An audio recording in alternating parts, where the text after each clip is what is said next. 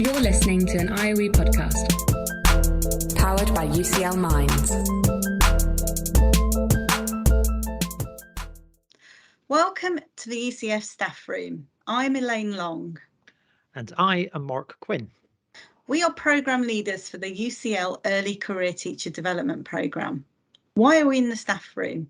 We are here because this is where the best professional learning conversations always take place. This is where problems can be aired bluntly and where solutions can be explored.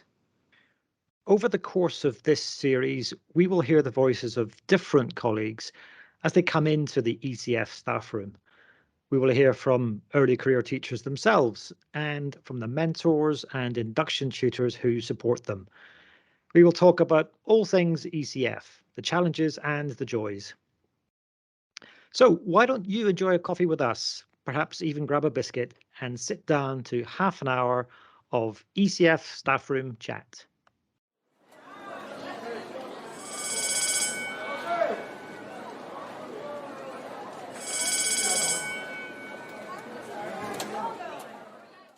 Welcome into the staff room, Jill. Do you like what we've done with the place? Looking lovely. Yes, very comfortable. I'm glad you agree. Priorities first. You've had a busy day, I'm sure. So we need to fix your hot drink. How do you take your, what would you like? What's your drink of choice?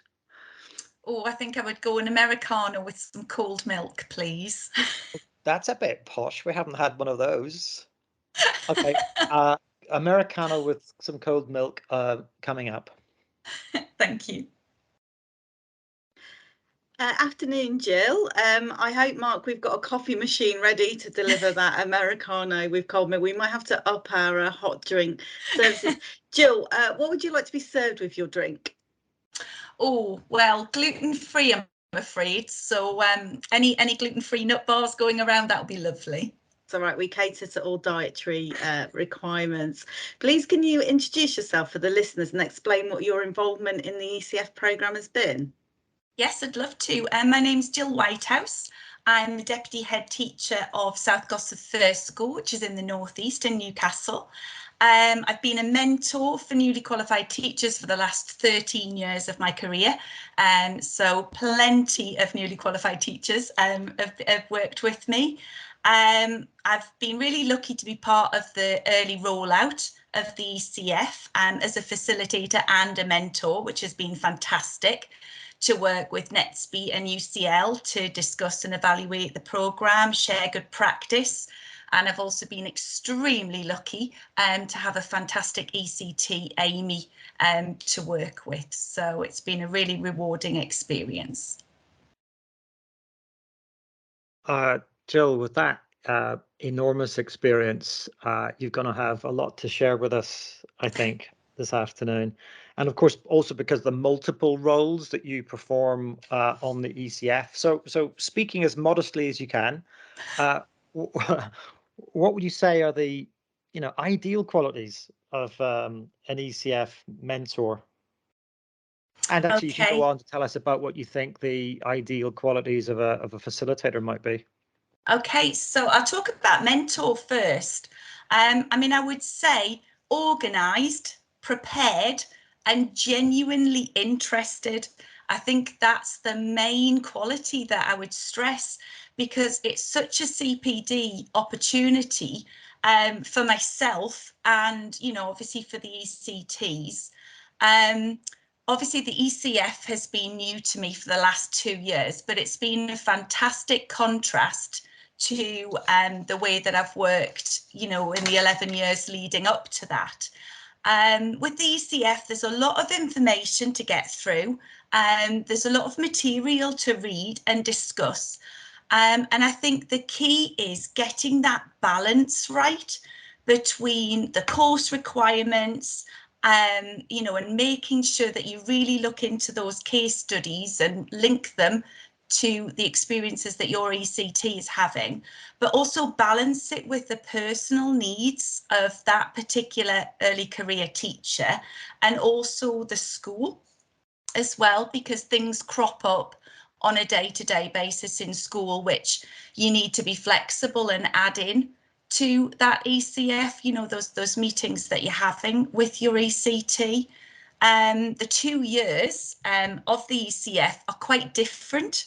So I think you need to be prepared for that. Obviously, the mentor approach is different in the second year with the inquiry approach. And that's when the genuine interest really kicks in, because you've got to be flexible and ready to go at it in a different way. You know, that inquiry approach pushed me, and you know, it made me use research more in my own practice. And it was a fantastic opportunity for both myself and Amy, who I was working with. But I do think it's that being prepared and organised and making sure that you've got a plan. You're not just doing it on a week by week basis, that you know exactly what's coming next.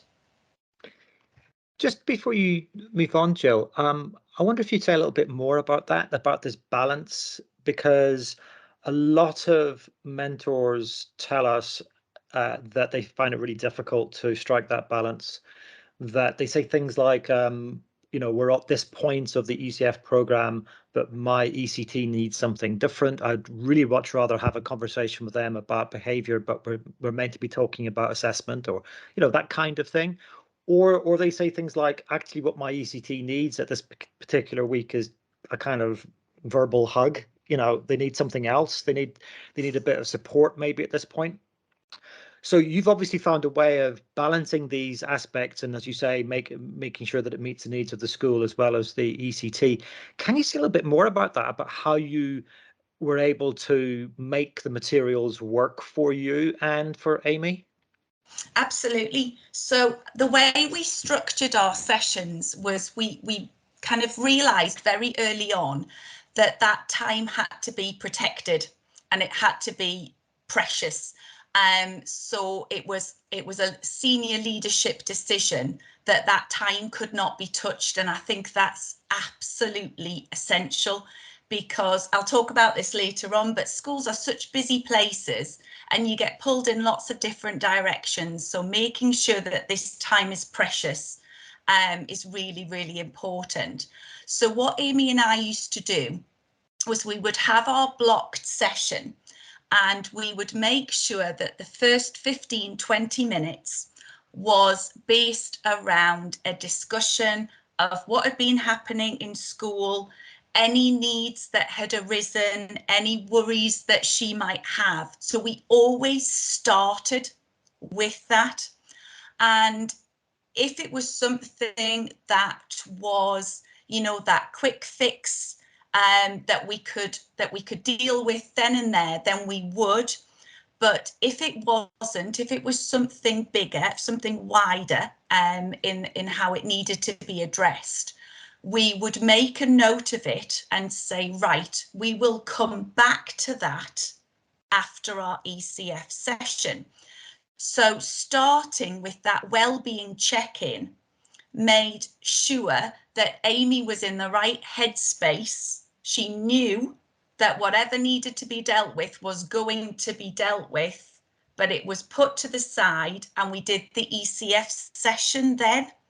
So we looked at all the course materials, we did any activities, and then at the end of the meeting, we would come up with a plan of how the other needs were going to be addressed. So it was almost like it was taken out of the ECF session. The ECF session was protected, but Amy knew that all of those things were going to be dealt with, because that was my role as her deputy head teacher, you know, as well as her ECF mentor, to deal with that. So we tried to make it part of that beginning of the session, but separate, so that the ECF session didn't.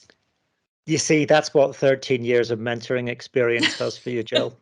That's and actually that's such a I'm so glad I asked you that question, because I think obviously, you know, we've got some really experienced mentors, we've got some less experienced mentors, we've got mentors who would love to do what you said, but you know, their time isn't as well protected as you say yours has been. But just hearing that, you know, it's actually about discipline, isn't it? About being disciplined and structured. The first 15 minutes like this, making sure you finish off in this way. That is possible, I think, in most cases, in most schools, most of the time, I think, and it's so necessary, I think, for any ECT, even an ECT who's obviously doing really well, which is, you know, what's been your lucky case. Jill, I did interrupt you. You were going to say something about the ideal qualities of a facilitator, because of course you have many strings to your bow. Yes, so I have to say that when I was thinking about this, I did go with organised, prepared and genuinely interested again, because I have to say, can't really stress that enough. Because obviously as a facilitator, you have to know the content, and the research inside and out. And, you know, I think the joy in that for me, and, you know, the kind of the rush behind it, was that I was actually genuinely interested. And I, you know, after being a mentor for 13 years, I thought, right, come on then, you know, tell me more, you know, tell me what I can do better, what I can do differently, give me something to try out. So yes, you know, those qualities kick in as a facilitator again. And then it's about engagement with the group. And really kind of getting them on side. I was really lucky because I ended up with 2 early career teacher groups, and they were so different, but equally rewarding. And you know, it would always make me smile how different the same session could be with a different group. You know, and sometimes, you know, one thing would work really well with one group. I'd try it with another group and thought, oh, hang on a minute, not quite getting the same reaction, and I'd have to change. So, you know, that's always brilliant. I love it when, you know, have to think on my feet.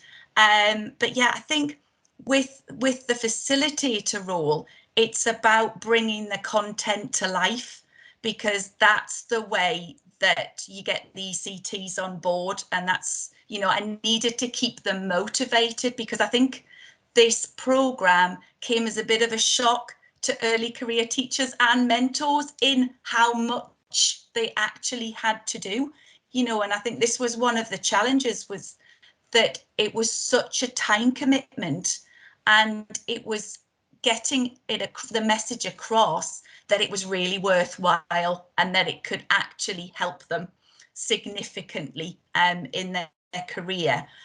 So what I found was getting them to link the learning with what they were doing in the classroom, giving them little practical takeaways, kept them on board, kept them excited and interested, and then I think that made things a lot easier. And Jill, you mentioned that getting to grips with the content was really important to you, and you think it's really important to facilitators as well. And I sympathise with when you're new to the ECF. It feels like a mound of material to get through, and you're right. It you know, the content is vast and could feel overwhelming. Have you got any advice on how people can go about that, getting to grips with the content and making sure they're familiar with it? Yes, absolutely. I mean, it's really well set out. You know, I have to say, from a kind of user-friendly point of view, I found it really easy to access the materials. So my real kind of piece of advice there would be to be prepared to read it in advance, to, you know, at the beginning of the year, just have a scan through, you know, the whole year. You know, I'm not saying read everything in one go, but just get your head around how it evolves, how it moves through as you work through the programme, and doing the reading. And that comes from kind of mentor, facilitator, ECT. Doing the reading in advance means that when you're working with someone else, or you're working with your ECT group, it's so much easier and so much more valuable than if you're trying to catch up, you know, during that meeting. So being prepared and looking ahead would be my major piece of advice there. I think that's really good advice, understanding the bigger picture. And yeah, you mentioned the importance of making the curriculum come alive for ECT, so they could really see the relevance of it and go back and apply it to their classroom. Have you got any advice for how facilitators can do that? Yes, so what we did, I mean, I was really lucky. My co-facilitator, Kate, was fantastic to work with. We did the mentor sessions together, but we did the ECT, we did the first one and the last one together. And it was great kind of working with her, and we decided right from the beginning that we really wanted to get the ECTs to link the learning to what they were doing. So what we tried to do as much as possible was every time we looked at a case study, we got them to think about their class and a similar experience that they'd had, or something that they could use to compare. And that worked brilliantly, because they were a little bit reluctant to speak to begin with, but once you started to get them to think about the children in their class, and this worked across the primary and secondary age range, that didn't hinder things at all.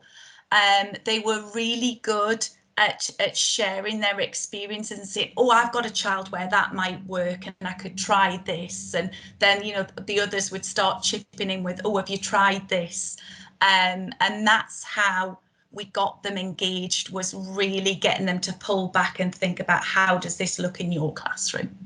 That's really interesting what you say about the link between engagement and asking them to talk about their own pupils and their own experiences, because my experience of popping into sessions has also been that ECTs tend to light up when they're talking about their own pupils and their own experience. And of course they need to do that, you know, to channel it and just speak about it emotionally as well, and work through their problems. So I think that's really clever, the way you were able to link that to the case studies and then get them to see themselves in it and then talk about themselves. Like I think that's a really great sort of three-pronged approach to get that engagement, but also from that to get them talking about their problems and then exploring solutions to them. We've already kind of touched on this a bit, actually, and you've talked about the challenge of getting to know the content, but what would you say the top two challenges are with facilitating the ECF programme?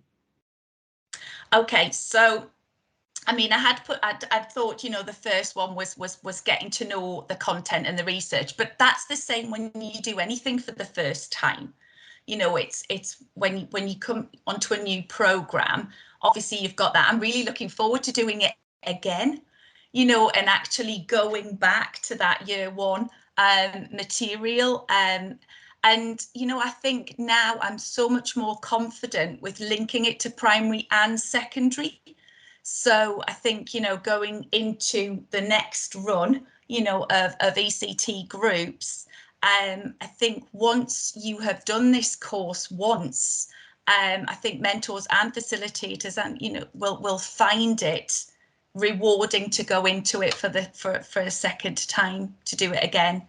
And the other thing was I'd put was about the engagement, because I think what I've found is that I've needed to be that support network at times for the early career teachers and the schools, just getting them to realise the commitment, you know, because I think it did come as to some of the schools as a little bit of a shock, the actual time commitment that this was going to involve.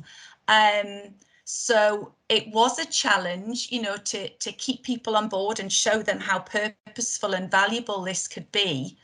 But that was really rewarding, because they did really, you know, kind of rise to that challenge and enjoy the course. And I think once they realised that this was a true, you know, professional development opportunity, and I said, you know, I would have absolutely loved this as an early career teacher. You know, I was literally just told to get on with it. You know, and ask so and so if you needed anything, which was more, you know, what's in the stationery cupboard. But this is fantastic. You know, it's giving them access to this research.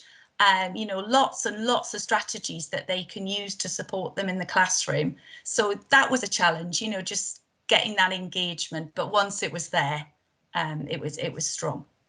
I notice when you talk about mentoring and facilitating, there's a strong pastoral strand to your work there, and so much of what you do is also around shaping values and in fact modelling enthusiasm for learning and a commitment to learning. Would you say that pastoral strand extended to being a facilitator as well? Absolutely, absolutely, yes, because a lot of it was about encouragement, because they would start the session a little bit quiet, kind of, oh yes, it's, what's been happening since we met last time. And they, well, because there have been challenges over the last couple of years, we're all very well aware that things have not gone smoothly over the last couple of years. And, I had these two groups of newly qualified teachers who were facing things that, I was facing 29 years into my career. And I did feel it was absolutely essential to have a pastoral side and just, keep telling them that they were doing a brilliant job. And, these ECF sessions were about helping them to do that brilliant job. And none of it was just information for the sake of it. It was all information to support them to be the best teacher that they could possibly be. And they responded so well to that. But yes, they did need that support, and they needed to know, they needed somebody to show them that this was a fantastic career that was very rewarding and could give them a lot of pleasure, because as we all know, there's a lot of work involved in teaching. And it's, it's not all the gorgeous bits with the children where they're making you laugh. There's a lot of other sides to it as well. So I think they needed to see the whole picture, but from somebody who could give them that in a very positive, come on, you can do it, kind of way. The children do make you laugh, right? Oh, they do. That's the bit that keeps you going. Yeah. Do you know, one of our partners said to me recently that she thought the main difference between a provider-led program such as the UCL one and one where schools take a DIY approach is the facilitator. If you think about it, the facilitator is the essential difference between those two different approaches to an ECF induction. I think she's right, and actually, listening to you, Jill, it's really obvious that she's right. Having someone like yourself to lead a group of early career teachers through the first couple of years makes a huge difference to the way they're going to be, a teacher and their enjoyment of the classroom. They'll remember it, no doubt. I mean, from that experience, and you're one of the few people who've actually you're towards the end of 2 years of facilitating on this program with us. You're a veteran of ECF. Is there anything you haven't told us yet about what you think you've learned about effectively facilitating on the ECF? I would say keeping it pacey and enjoyable is an absolute essential, because some of the bits, when you're talking about theory, you don't want to make those sections too long, because they've, it's at the end of a very busy day. You need to keep people on board. So keeping it pacey and enjoyable, relevant. I talked about those takeaways, giving them little practical tips that they could go off and try the next day was just gold dust, because every time you did that, they perked up. Getting that team feeling, and then, just that well-being side of things was so important. Kate and I called it the "we are in it together" approach, because we always used to say to them, email us if you've got a question, stay on at the end of the session if you've got a question to ask us that you don't want to ask in front of everyone else. It's not a problem. And sometimes they did, quite often they didn't. But, I got the odd little email just saying, oh, I just wanted to check this with you. I was too embarrassed to ask, during the session. But just that team feeling, and I know a few of them were in touch with each other, which was lovely, and really wanted to help. And what we used to do, which I thought was really good, and I will always do this in the future, was I would always email the group before the session saying, really looking forward to seeing you. Hope you've read the case study, you know, and then just to remind them, you know, it's coming up. Don't leave it till the last minute. And then afterwards, Kate and I would email them again with any useful information that anyone had shared. We'd send them any information that we'd said that we would give them during the session. And just that keeping in touch showed them that we valued them. And, you know, they then were very respectful and valued us by replying. So that was lovely. Yeah, and that's the thing, it makes it a network, doesn't it? I mean, that's almost the whole point of having clusters, you know, yes, teachers coming from different schools. I know that sometimes we have clusters where there's lots of teachers from one trust or even from one school. But very often a cluster is made up of people from 3, 4, 5, 6, 7 different schools sometimes. And just, you know, it's not always easy to form a professional network when you're just starting out in the job. And so having that facilitated for you is pretty precious, isn't it? So yeah, and I think that's really helpful. Is there anything you want to say about, because you said a moment ago, I think, about facilitating on year 2 because of the inquiry approach to learning that we take, professional learning that we take in year 2.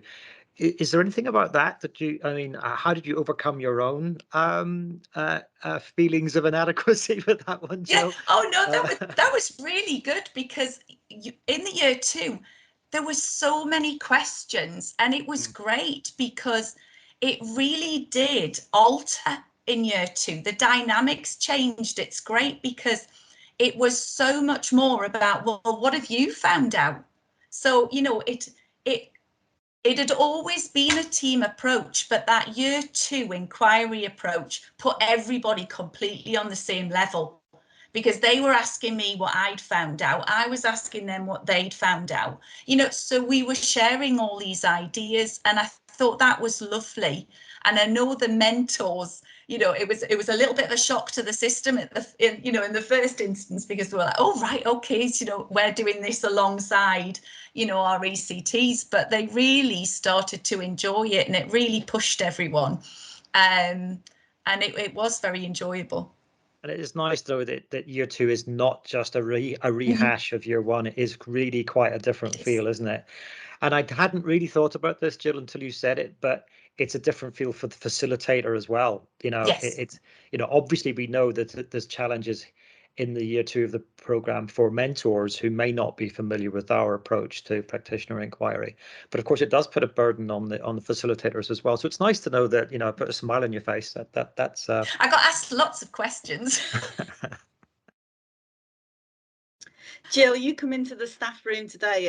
It's been the highlight of my day because you've given us so many golden nuggets of advice, and it's such brilliant advice for people starting out on the journey that you've had. Sadly, the bell's about to go shortly, so our time in the staff room is coming to an end, but we give all our guests a post-it note to write some advice on it, and you can write any advice on your post-it note and you can give it to anyone. So it could be us as a program leader, it could be an ECT, an induction tutor, someone at the DFE, and we'd like to know what you're going to write on your post-it note and where you're going to stick your post-it note. Right, well, I'm going to give my post-it note to everyone, because anyone who's involved in anything to do with teaching or ECF needs this post-it note, and it would just say, plan ahead, your time is precious. Because I just think school is such a busy place. We all know that you're pulled in 1,000,001 different directions, and it's just about making sure that you keep that time precious and you plan so that it's as useful to everyone as it can possibly be. So plan ahead, your time is precious. I think that's a brilliant piece of advice, and we're definitely going to stick that somewhere where everyone can see it. But I can hear that bell ringing. That probably means someone should be on gate duty by now. Is that your turn, Jill? Usually is. Yeah, thanks for joining us, and genuinely thanks for the massive contribution you've been making to your own ECTs, but also to all those other ECTs and mentors on the program. I think you deserve that gluten-free biscuit that you mentioned at the beginning to go with your drink. Although I think maybe your latte may have gone cold by now. I'm sorry about that. Anyway, see you soon, Jill. Bye, Thank Jill. you. Bye. Our thanks go to Jill Whitehouse, Deputy Headteacher at South Gosforth First School, for sharing coffee with us this week in the ECF staff room. Please do get in touch with us if you think you would like to chat with us about your ECF experience. We especially want to hear from a range of different voices. In the meantime, do join us for a biscuit and a chat with another colleague in the ECF staff room. Thanks so much for downloading and listening to this IOE podcast.